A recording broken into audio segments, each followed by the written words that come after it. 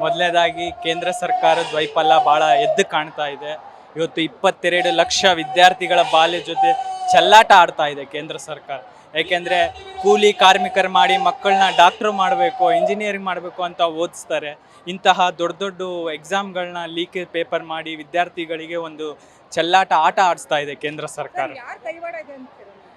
ಇದು ಕೇಂದ್ರ ಸರ್ಕಾರದೇ ಕೈವಾಡ ಅಂತ ನಾನು ಹೇಳ್ತೀನಿ. ಟೋಟಲ್ ಹೋಲ್ BJP ಭಾರತೀಯ ಜನತಾ ಪಾರ್ಟಿ ಏನಿದೆ ಎಲ್ಲರ ಕೈವಾಡ ಇದರಲ್ಲಿ ಇದೆ.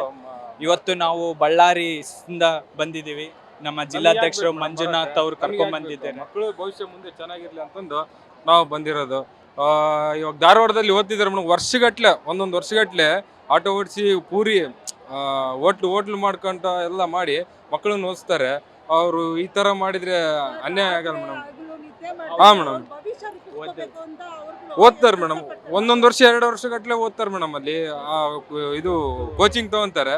ಈ ತರ ಆದ್ರೆ ಮುಂದಿನ ಪೀಳಿಗೆ ಹೆಂಗ್ ಮೇಡಮ್? ಕೇಂದ್ರ ಸರ್ಕಾರ ಎಚ್ಚೆತ್ಕೊಬೇಕಂತಂದು ಇದ್ರ ಮುಖಾಂತರ ಹೇಳ್ತಿದೀವಿ ಮೇಡಮ್. ಹಂಗಾಗಿ ಈ ಬೆಂಗಳೂರು ಇಷ್ಟೇ ಅಲ್ಲ ಮೇಡಮ್, ನಾವು ಡೆಲ್ಲಿಗೆ ಹೋಗಿ ಹೋರಾಟ ಮಾಡಕ್ ರೆಡಿ ಇದೀವಿ ಮೇಡಮ್. ನಾವು ಇವತ್ತು BJP ಸರ್ಕಾರ ಏನ್ ಮಾಡ್ತಾ ಇದೆ ಅಂದ್ರೆ ಹಿಜಾಬು, ಕೇಸರಿ ಶಾಲು ಇದು ವಿದ್ಯಾರ್ಥಿಗಳ ನಡುವೆ ಬೆಂಕಿ ಹಚ್ಚುವಂತ ಕೆಲಸವನ್ನ ಮಾಡ್ತಾ ಇದೆ.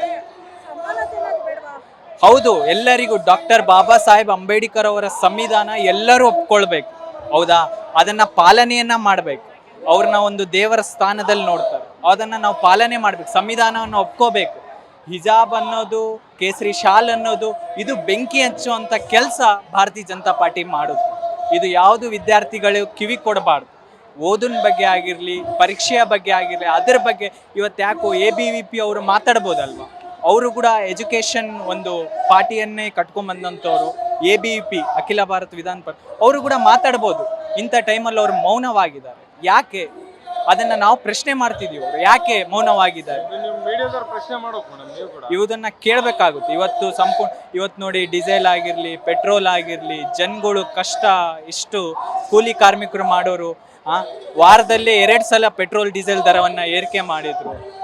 ಇಂದಿರಾ ಗಾಂಧಿ, ಮನಮೋಹನ್ ಸಿಂಗ್ ಅವರು ಇದ್ದಾಗ LPG ಸಿಲಿಂಡರ್ 460 ರೂಪಾಯಿಗೆ ಸಿಗ್ತಿತ್ತು. ಇವಾಗ 1000 ರೂಪಾಯಿ ಗಡಿ ದಾಟಿದೆ.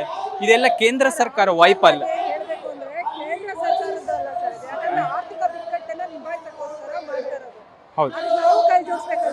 ಹೌದು, ಕೈ ಜೋಡಿಸ್ಬೇಕು. ಬಟ್ ಕಾಂಗ್ರೆಸ್ ಪಕ್ಷ ಇವತ್ತು ಕೊಟ್ಟ ಮಾತುಗಳನ್ನ ಈಡೇರಿಸಿದ್ದಾರೆ. ಸನ್ಮಾನ್ಯ ಸಿದ್ದರಾಮಯ್ಯಜಿ ಅವರು ಭಾಗ್ಯಗಳ ಸರ್ದಾರ ಅಂತಾನೆ ಹೆಸರುವಾಸಿಯಾಗಿದ್ದಾರೆ. ಅನೇಕ ಭಾಗ್ಯಗಳನ್ನ, ಅನೇಕ ಯೋಜನೆಗಳನ್ನ ಜಾರಿಗೆ ತಂದು ಅವರು ಬಡವರ ಪರವಾಗಿದ್ದಾರೆ, ದೀನ ದಲಿತರ ಪರವಾಗಿದ್ದಾರೆ, ವಿದ್ಯಾರ್ಥಿಗಳ ಪರವಾಗಿದ್ದಾರೆ. ಆದರೆ ಇವತ್ತು BJP ಸರ್ಕಾರ ನಮ್ಮ ವಿದ್ಯಾರ್ಥಿಗಳ ಜೊತೆ ಚೆಲ್ಲಾಟ ಆಡ್ತಿದೆ. ಎಷ್ಟೋ ಮಂದಿ ಪೋಷಕರು ಬಂದಿದ್ದಾರೆ, ಎಲ್ಲರ ಕಣ್ಣೀರಿಡ್ತಾ ಇದ್ದಾರೆ. ಮಕ್ಕಳನ್ನ ಹಗಲು ಇರುಳು ಶ್ರಮಿಸಿ ಓದಿಸಿರ್ತಾರೆ. ಅವರಿಗೆ ಯಾವುದೇ ರೀತಿಯಾದಂಥ ಒಂದು ಇದು ಇಲ್ದಂಗೆ ಅವ್ರಿಗೆ ನಾಲೆಡ್ಜ್, ನಾವು ಓದಿಲ್ಲ ಅಂದ್ರು ನಮ್ಮ ಮಕ್ಕಳು ಓದಬೇಕು, ನಮ್ಮ ಮಕ್ಕಳು ಬೆಳಿಬೇಕು, ನಾವೇನು ಓದಿಲ್ಲ, ಕೂಲಿ ಕಾರ್ಮಿಕರು ಮಾಡಿ ನಾವು ಓದಿಸ್ತೀವಿ ಅಂತೇಳಿ ಇವತ್ತು ಪೋಷಕರು ಓದಿಸ್ತಾ ಇದ್ರೆ, ಇವತ್ತು ಭಾರತೀಯ ಜನತಾ ಪಾರ್ಟಿ ಮಕ್ಕಳ ಜೊತೆ ಚೆಲ್ಲಾಟ ಆಡ್ತಾ ಇದೆ. ಮಾತೆತ್ತಿದ್ರೆ ಸಾಕು ಹಿಜಾಬು, ಕೇಸರಿ ಶಾಲು, ಹಿಂದೂ ಮುಸ್ಲಿಮ್ಸ್ ಇದೇ ಮಾಡ್ತಾ ಇದೆ. ಹೊರತಾಗಿ ವಿದ್ಯಾರ್ಥಿಗಳ ಜೊತೆಗೆ ಯಾವತ್ತೂ ಸಹ ಭಾರತೀಯ ಜನತಾ ಪಾರ್ಟಿ ಕೈ ಜೋಡಿಸಿಲ್ಲ. ಇವತ್ತು ಕಾಂಗ್ರೆಸ್ ಪಕ್ಷ ಆಗಿರ್ಬೋದು, ಎಲ್ಲರಿಗೆ ಸಮಾನತೆಯನ್ನು ನೋಡ್ತಾ ಇದೆ, ಎಲ್ಲರಿಗೂ ಒಂದೇ ರೀತಿಯಿಂದ ಮಾಡ್ತಾ ಇದೆ.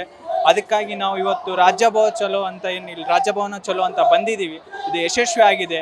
ಇದನ್ನ ಎಷ್ಟೋ ವಿದ್ಯಾರ್ಥಿಗಳು ಆತ್ಮಹತ್ಯೆಯನ್ನು ಮಾಡ್ಕೊಂಡಿದ್ದಾರೆ. ನೀವು ನೋಡಿರ್ಬೋದು, ಅನೇಕ ವಿದ್ಯಾರ್ಥಿಗಳು ಆತ್ಮಹತ್ಯೆಯನ್ನು ಮಾಡ್ಕೊಂಡಿದ್ದಾರೆ.